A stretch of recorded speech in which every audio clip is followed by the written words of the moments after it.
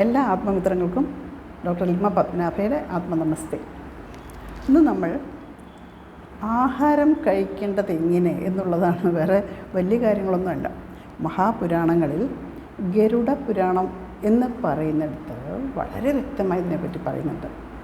എൻ്റെ സഹോദരൻ, ഞാൻ കൊച്ചേട്ടൻ എന്ന് വിളിക്കുന്ന രഘുനാഥ് എന്ന് പറയുന്ന അദ്ദേഹം എന്നോട് പറഞ്ഞു, എന്തുകൊണ്ട് ഒരു 2 കാര്യങ്ങൾ ഒന്ന് പറഞ്ഞുകൂടാ, ഗരുഡ പുരാണത്തിൽ ഭക്ഷണത്തെപ്പറ്റി പറയുന്ന കുറച്ചൊന്ന് പറയൂ എന്ന് പറയുന്നത് കൊണ്ടാണ് എനിക്ക് ഇന്നത് ചെയ്യാമെന്ന് തോന്നിയത്.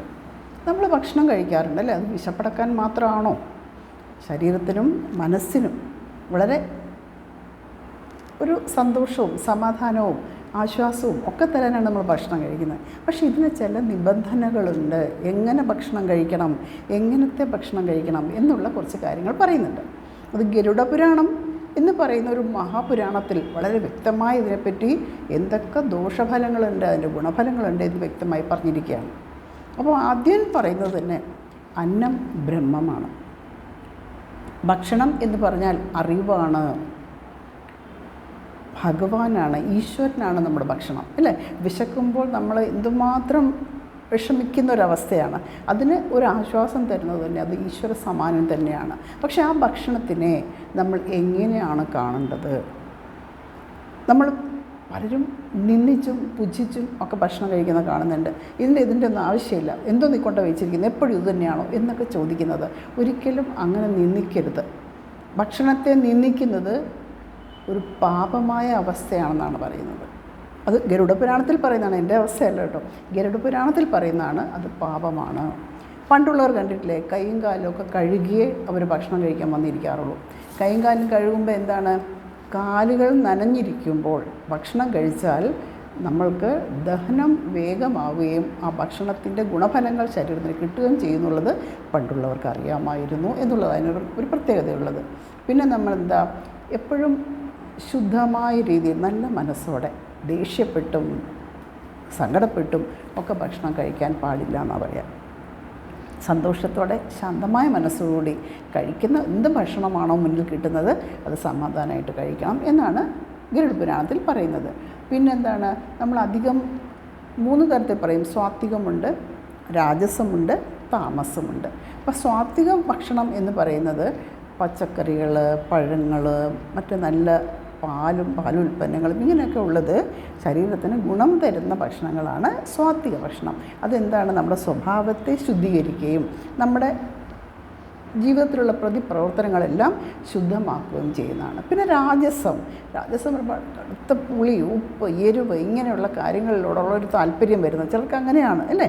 അങ്ങനെ വരുമ്പോൾ അത് കഴിക്കുമ്പോൾ അസ്വസ്ഥതയും വരാം, അതൊരു രോഗകാരണങ്ങളും ആവാം എന്നുള്ളതാണ്. പിന്നൊന്ന് താമസമായ ഫുഡാണ്, താമസ സ്വഭാവമുള്ള ഫുഡ്. അതെന്ന് പറയുമ്പോൾ എന്താണ്, പഴകിയത് അല്ലെങ്കിൽ വളരെ മോശമായത്, മാംസാഹാരങ്ങൾ, എന്താ പറയുക, വളരെ വെച്ച് പഴകി, ചിലർക്ക് അങ്ങനെയുള്ള ഇഷ്ടമുണ്ടാവും കുറേ ഇരുന്നിട്ട് കഴിക്കാൻ. അപ്പോൾ അങ്ങനെയുള്ളതൊക്കെ കഴിക്കുമ്പോൾ അത് രോഗത്തെ വിളിച്ചു വരുത്തുകയും നമ്മൾക്ക് അസുഖങ്ങളുടെ കാര്യങ്ങളും അതൊരു പാപഭാരമാണെന്നാണ് ഗരുഡ പുരാണത്തിൽ പറയുന്നത്. പിന്നെ എന്താണ്, നമ്മൾക്ക് കിഴക്ക് ദിക്കിലേക്കാണ് ഇരുന്ന് കഴിക്കേണ്ടത്. പലരും ദിക്കുകളൊന്നും നോക്കാറില്ല.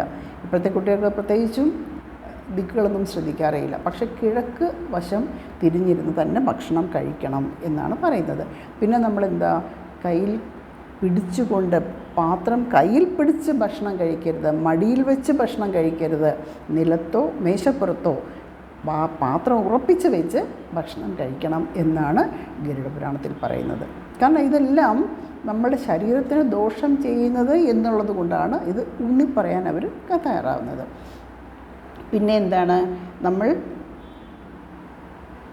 ഭക്ഷണം കഴിക്കുമ്പോൾ ശ്രദ്ധിക്കേണ്ട വേറൊരു കാര്യമാണ് പൊട്ടിപ്പൊടിഞ്ഞ പാത്രങ്ങൾ, അല്ലെങ്കിൽ കീറിയ പാത്രങ്ങൾ, അല്ലെങ്കിൽ വൃത്തിയില്ലാത്ത പാത്രങ്ങൾ, ഇങ്ങനെയുള്ളത് കഴിക്കുമ്പോൾ നമ്മൾക്കത് ദാരിദ്ര്യ ദുഃഖമാണ് നമ്മൾക്ക് സമമായിട്ട് വരും എന്നാണ് ഗരുഡ പുരാണത്തിൽ പറയുന്നത്.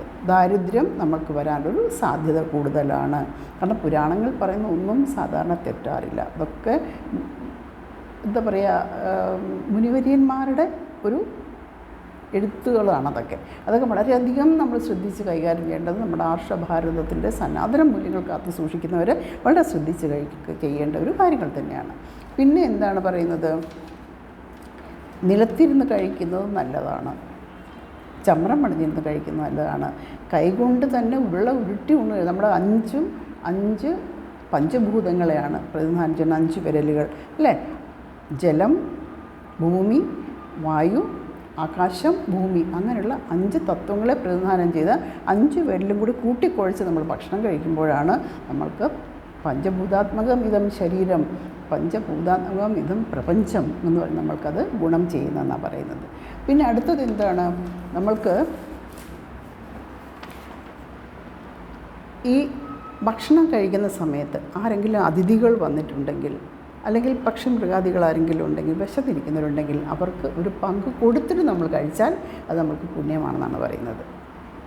അല്ലാതെ ആർക്കും കൊടുക്കാതെ അത്യാഗ്രഹം പിടിച്ച് എനിക്കിഷ്ടമുള്ള ഫുഡാണ്, ഞാൻ ആർക്കും പങ്കു വെക്കില്ല, എനിക്ക് തന്നെ വേണം എന്ന് പറഞ്ഞ് കഴിക്കുന്നവന് ഇതൊരു പാപവുമാണ്, അവന് ദാരിദ്ര്യവുമായിരിക്കും. അടുത്ത ജന്മങ്ങളിൽ അവന് ഭക്ഷണം കിട്ടാതെ അല്ലെങ്കിൽ എത്ര അധ്വാനിച്ചാലും ഫലം കിട്ടാത്തൊരവസ്ഥയിലേക്ക് പോകുന്ന ഒരവസ്ഥയുണ്ട്. അത് എന്താ പറയുക, നമുക്ക് എത്ര അധ്വാനിച്ചാലും ഫലം കിട്ടാതെ പലരുടെയും ഉച്ഛിഷ്ടം കഴിക്കുന്ന ചില ജന്തുക്കളായി പോലും ജന്മം എടുക്കും എന്നാണ് ഗരുഡപുരാണത്തിൽ പറയുന്നത്. പിന്നെ എന്താ, പാത്രശുദ്ധി വേണം, പദാർത്ഥശുദ്ധി വേണം, പാചകശുദ്ധി വേണം. ശ്രീനാരായണ ഗുരുദേവൻ പോലും ഇതൊക്കെ തന്നെയാണ് പറഞ്ഞിരിക്കുന്നത് അല്ലേ? അപ്പോൾ എന്താണ്, പാത്രം ശുദ്ധമായിരിക്കണം, ഭക്ഷണം ഉണ്ടാക്കുന്ന പദാർത്ഥങ്ങൾ ശുദ്ധമായിരിക്കണം. പിന്നെന്താ, ഭക്ഷണം ഉണ്ടാക്കുന്ന ആളുടെ മാനസികാവസ്ഥ നേരെയായിരിക്കണം.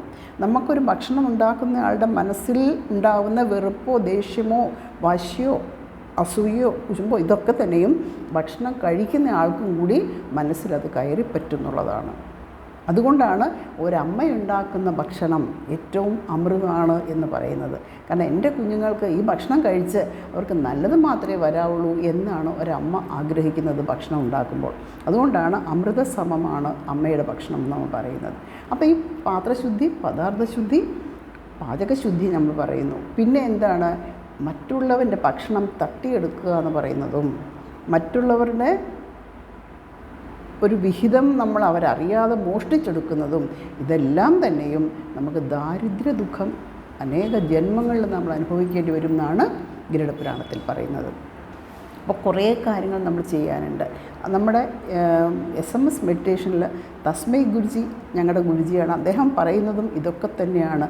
ശുദ്ധ മനസ്സോടുകൂടി നിസ്വാർത്ഥമായി സർവവും സർവേശ്വരന് സമർപ്പിച്ച് ഭഗവാനെ ഇതെല്ലാം നിനക്ക് സമർപ്പിക്കുന്നു എന്ന് പറഞ്ഞ് ബ്രഹ്മാർപ്പണം ബ്രഹ്മഹവർ ബ്രഹ്മാഗ്നൗ ബ്രഹ്മണാഹുതം ബ്രഹ്മൈവതേന ഗന്ധവ്യം ബ്രഹ്മകർമ്മ സമാധിന എന്നൊരു മന്ത്രത്തോടു കൂടി ഭഗവാനെ ഇതെല്ലാം നീ തന്നെ നിനക്ക് തന്നെ സമർപ്പിച്ച് നമ്മൾ ഭഗവാന് സമർപ്പിച്ച് നിവേദ്യം ചെയ്ത് കഴിക്കുമ്പോൾ അത് നൈവേദ്യമാകുന്നു, അതൊരു ഭഗവത് പ്രസാദമാവുന്നു. നമ്മൾ ക്ഷേത്രത്തിൽ നിന്ന് കഴിക്കുന്ന നൈവേദ്യം പോലെ അത് കഴിക്കുമ്പോൾ നമ്മൾക്കത് ഈശ്വരപ്രസാദമായി മാറുന്നു. സർവം സർവേശ്വരാർപ്പണമസ്തു എന്ന രീതിയിലാണ് നമ്മൾ കഴിക്കേണ്ടത്. നമ്മളിതൊന്നും നമ്മുടേതല്ല, ഈശ്വരൻ്റെ വരദാനമാണ്. ഈ പ്രപഞ്ചത്തിൽ കാണുന്ന എല്ലാം നമ്മൾ ഭക്ഷണം കഴിക്കുന്നതായിട്ട് നമ്മൾക്ക് കിട്ടുന്നതുമെല്ലാം. അപ്പോൾ സർവവും പ്രപഞ്ചനാഥന് സമർപ്പിച്ച് നല്ല മനസ്സോടുകൂടി എല്ലാവർക്കും നന്മ വരണേ എന്ന് വിചാരിച്ച് പ്രാർത്ഥനയോടെ വേണം ഭക്ഷണം കഴിക്കാനെന്ന് ഗരുഡപുരാണത്തിൽ പ്രത്യേകിച്ച് പറയുന്നത് ഒന്നും കൂടി ഒരു ശ്രദ്ധയിലേക്ക് നിങ്ങൾക്കെല്ലാവർക്കും കൊണ്ടുവന്നു എന്നുള്ളതേ ഉള്ളൂ. എല്ലാവർക്കും ഈശ്വര അനുഗ്രഹം ഉണ്ടാവട്ടെ. Thank you.